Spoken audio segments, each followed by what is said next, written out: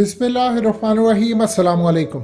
पाकिस्तान के अंदर आप जिक्र कर दें दज्जाल के हवाले से जो अहादीस में जिक्र है, आप किसी को बता दें सब होने जा रहा है, तो बड़े बड़े उलमा समेत आम आदमी, मीडिया वाले, हर कोई आपका मजाक उड़ाएगा और आपको ये बात कहता नजर आएगा, बस दज्जाल आने वाला है, बस दज्जाल आने वाला है।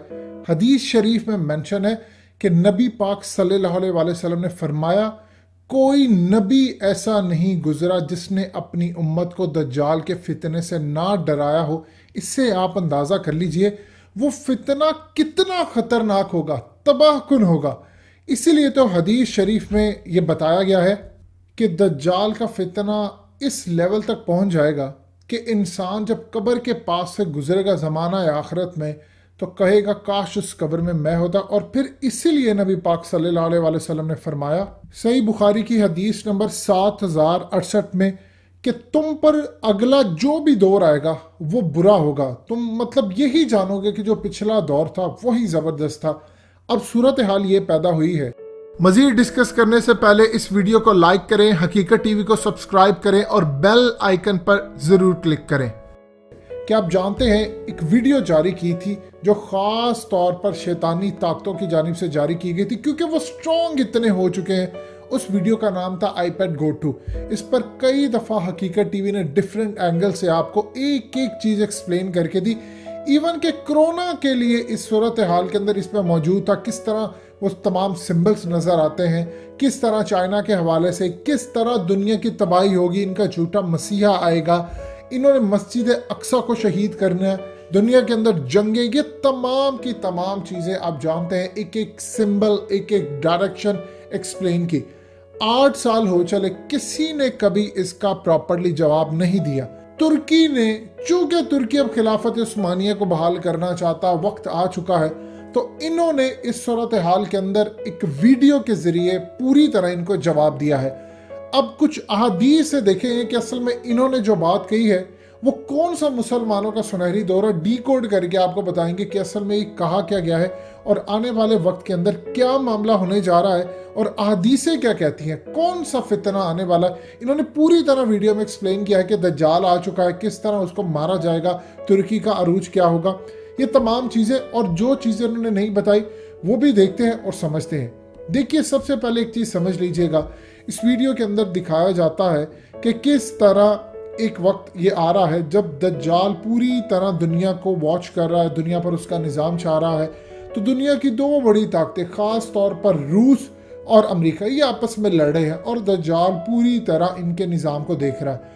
और एक सिंबल आपको नज़र आता है जो असल में कोरोना का बना हुआ है, ये बता रहा है कि पूरी दुनिया के अंदर ये छा गया है। यानी ये असल में दज्जाल के निज़ाम से ही उसको वो तशबीह देते हैं कि सब कुछ हो गया। फिर आप गौर से करते हैं कि वही झूठा मसीहा जो असल में iPad Go 2 के अंदर इन्होंने बनाया था और असल में वो सिंबल्स पैगाम थे, उसी को वो तख्ते पर बिठाते हैं कि दज्जाल आ चुका है। पूरी आबो ताब से उसकी जो आर्मी है वो भी तैयार है, यानी दुनिया के ऊपर हर तरह से उसका अरूज हो चुका है। अब उसके बाद चूंकि दज्जाल का निज़ाम आप जानते हैं दुनिया का घटिया और बदतरीन निज़ाम और धोखे का निज़ाम है। इस सूरत हाल में दिखाया जाता है कि किस तरह पूरी दुनिया को मुंह बंद कर दिया जाता है, उनको मारा जा रहा है, जंगे हो रही हैं। और आपको ये जो लड़का डांस करते हुए या कोई दिखाया जाता है, ये असल में है कि अंदर से आप खोखले हो चुके हैं, आप मुर्दा हो चुके हैं, आपका दिमाग पूरी तरह कंट्रोल किया जा रहा है, दुनिया में जंगे हो रही हैं और आपके ऊपर बीमारियां मुसल्लत की जा रही हैं, किस तरह इंजेक्शन और ये तमाम चीज़ें आप पर लग रही हैं, ये सूरत हाल है। अब इसके बाद चीज़ें थ्रू आउट आगे चलती हैं। इन्होंने पूरी कोशिश की है कि किसी तरह जवाब दिया जाए और आगे चलकर असल में दिखाया ये जाता है, क्योंकि उन्होंने इन वीडियोस के अंदर दिखाया था कि उनका मसीहा आ रहा है, दुनिया तबाह हो रही है। आप जानते हैं iPad Go 2 के अंदर किस तरह उन्होंने इवन के कोरोना के बाद की सूरत हाल बताई थी कि मार्केट्स तबाह होंगी। ये तो टेस्ट था सिर्फ एक, मार्केट्स तबाह होंगी, क्रैश कर जाएंगी स्टॉक मार्केट। इस सूरत हाल में तुर्की ने दिखाया है कि मुसलमानों का अरूज का वक्त है और इस सूरत हाल के अंदर उन्होंने तैयब उर्दगान का भी एक सिंबल छोटा सा दिखाते हुए आगे चले हैं कि किस तरह तुर्की का अरूज है। हमने आया सूफिया को बहाल कर लिया है, नमाजें वहाँ पर पढ़ी जा रही हैं और तुर्की का अरूज हो रहा है। इस सूरत हाल के अंदर फिर दज्जाल का निज़ाम पूरी तरह दिखाया जा रहा है कि किस तरह दज्जाल आबोताब से चमक रहा है और पूरी दुनिया के अंदर अपना निज़ाम लेकर आ रहा है। असल कहानी इसमें जो बहुत ही ज़्यादा इंटरेस्टिंग पार्ट है, जो सबसे ज़्यादा इसमें इंटरेस्ट आपके लिए पैदा करेगा, वो है ताबूत सकीना। देखिए, बहुत सारी रवायात के मुताबिक इसराइलियों के पास ताबूत सकीना इस वक्त मौजूद है। उन्होंने इसको हासिल कर लिया है। ये पूरी दुनिया का भी बेवकूफ़ बना रहे हैं। ताबूत सकीना के अंदर आप जानते हैं कि हज़रत मूसा का असा, लेटस, वो तख्तियाँ ख़ास तौर पर जिस पर उनको पैगाम मिला था, अल्लाह पाक ने तमाम चीज़ें दी। अब एक चीज़ आप जहन में रख लीजिएगा, इसराइली जो लैंग्वेज यूज़ करते हैं, हिब्रू लैंग्वेज, ये 4000 साल पुरानी है। और इस वीडियो में करेक्टली दिखाया गया कि किस तरह हिब्रू लैंग्वेज के अंदर वो तमाम चीज़ें और ये महफूज है। अब ये दिखाया जाता है कि वो तुर्कियों के हाथ लगी है और उसके अंदर असल में वो ओरिजिनल तौरात है। आप जानते हैं कि उस तौरात के अंदर काफ़ी सारी इन्होंने चेंजिंग्स की हैं और उसके बाद पूरी दुनिया के अंदर जो पैगाम गया है वो तहरीर शुदा कुरान इसकी तस्दीक करता है। अब ये दिखाते हैं कि पूरी दुनिया के अंदर जब ये ताबूत सकीना यानी तुर्की वालों को उनके हाथ में लगता है या मुसलमानों के हाथ में लगता है, तो उसमें चूंकि इंजील बरनबास के अंदर बहुत सारे आपको ऐसे वाक़यात मिलते हैं, इतने ज़्यादा वाक़यात हैं जो आपको लगेगा ये तो बिल्कुल एज इट इज़ कुरान मजीद का मैसेज है। और यही उन्होंने दिखाया है कि किस तरह वो पूरी दुनिया के अंदर आकर दिखाते हैं, यानी मीडिया एडवांस हो चुका है, दुनिया को बताते हैं कि इसमें प्रॉफिट मोहम्मद सल्लल्लाहु अलैहि वसल्लम का जिक्र है, वो आखिरी नबी है, वही मैसेंजर ऑफ गॉड है, उन्होंने पैगाम देना, क्योंकि वो खातमुन नबीयीन है तो उनकी स्टैंप लग चुकी है। अब दुनिया के अंदर इसके बाद कोई नबी नहीं आना, कोई रसूल नहीं आना, हमें किताब दे दी गई है, हमें ये तमाम चीज़ें दे दी गई हैं। अब नबूवत का दरवाज़ा हो गया है पूरी तरह बंद। सो लिहाजा इस सूरत हाल के अंदर हमें रहनुमाई जो लेनी है वो कुरान मजीद से ही लेनी है। अब इस सूरत हाल में असल में उन्होंने, चाहे आप इमाम महदी कह लें या कुछ भी उसको कह लें, एक उन्होंने ताकतवर शख्सियत दिखाई है जो दज्जाल का असल में मुकाबला करती है।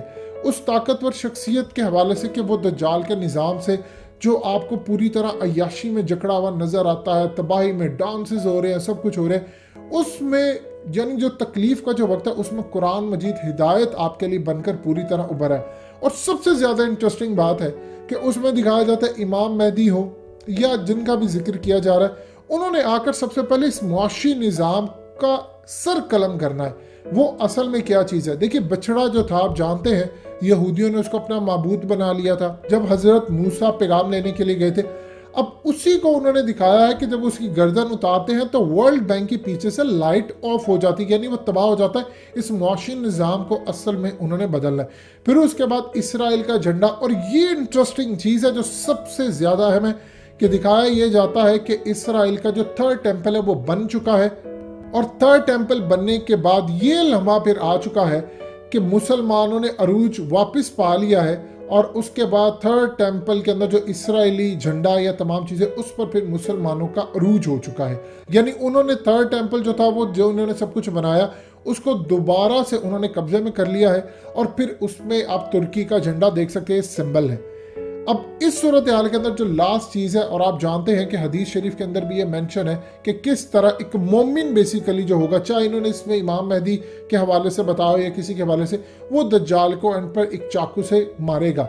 अब इस सूरत हाल में ये क्योंकि दज्जाल काना है तो उसकी एक आंख के अंदर वो चाकू मारकर सिंबल पूरी तरह तबाह कर देता है, यानी ख़त्म कर देता है दज्जाल का निज़ाम। और इस सूरत हाल के अंदर अमन आ जाता है दुनिया में।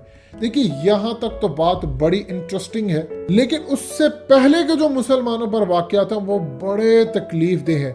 अबू दाऊद की हदीस नंबर 4294 में दर्ज है कि हुजूर पाक सल्लल्लाहु अलैहि वसल्लम ने फरमाया, ये जो अब होने अब जा रहा है, ये समझ लीजिए इस हदीस में मेंशन है, बैतुल मुकद्दस की आबादी मदीना की वैरानी होगी।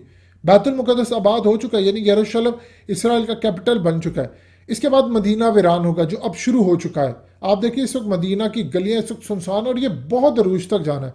मदीना की जब वीरानी है वो लड़ाई और फितरों का ज़हूर होगा, यानी अब असल में दुनिया की सबसे खतरनाक तरीन लड़ाइयाँ अब शुरू होने जा रही है। फितरों का ज़हूर होगा और फिर कुस्तुनतुनिया की फतह होगी। ये कुस्तुनतुनिया की फतह क्या है? यानी तुर्की, असल में देखिए फतह उस चीज़ को कहते हैं जो आप खो चुके हो। आप जो चीज़ आपके पास हो आप दोबारा उसको फतह करते हैं, यानी तुर्की अभी उस पर कड़ा वक्त आने वाला है। और इस हदीस के मुताबिक जो नज़र आता है कि तुर्की के ऊपर तकलीफ दे वक्त आएगा और इस सूरत हाल के अंदर तुर्की मुसलमानों के हाथों से निकल जाएगा, उसको कैप्चर कर लेंगे। क्या होगी मुसलमानों की हालत, पूरी दुनिया में जंगों का स्टाइल क्या होगा। फिर उसके बाद कुस्तुनतुनिया फतह होगा और उसकी फतह असल में दज्जाल का ज़हूर होगा। यानी फिर जब ये फतह हो जाएगा तो दज्जाल जब निकल के आ जाएगा और फिर एक तकलीफ दे वक्त शुरू होगा। सो अभी ये तमाम चीज़ें होनी है और फिर अरबों का जवाल बिल्कुल एज इट इज़ होने जा रहा है। और फिर लास्ट एक हदीस बता दें जो पाकिस्तान के ख़ास तौर पर हवाले से है कि हजूर पाक सल्लल्लाहु अलैहि वसल्लम ने फरमाया कि जब बड़ी बड़ी जंगें होने लगे तो अल्लाह ताला गैर अरबों में से, यानी मवाली जिनको अरबों ने आज़ाद किया, में से एक लश्कर उठाएगा जो अरबों से ज़्यादा अच्छे सवार होंगे, इनसे बेहतर हथियार रखते होंगे। अल्लाह ताला इनके ज़रिए दीन की मदद फरमाएगा। हथियारों में 3 मुल्क आपको नज़र आते हैं, एक पाकिस्तान है, एक तुर्की है और ईरान है। आने वाले वक्त के अंदर अफगान तालिबान इमर्ज करें एज अ लीडर। सो ये सारे लश्करों ने मिलकर एक जगह से लड़ना है और इंशाल्लाह फिर फतह होगी। दोस्तों, हकीकत टीवी को सब्सक्राइब करना मत भूलिए, वीडियो को लाइक करें, शेयर करें और कमेंट सेक्शन में अपनी राय का इजहार जरूर करें।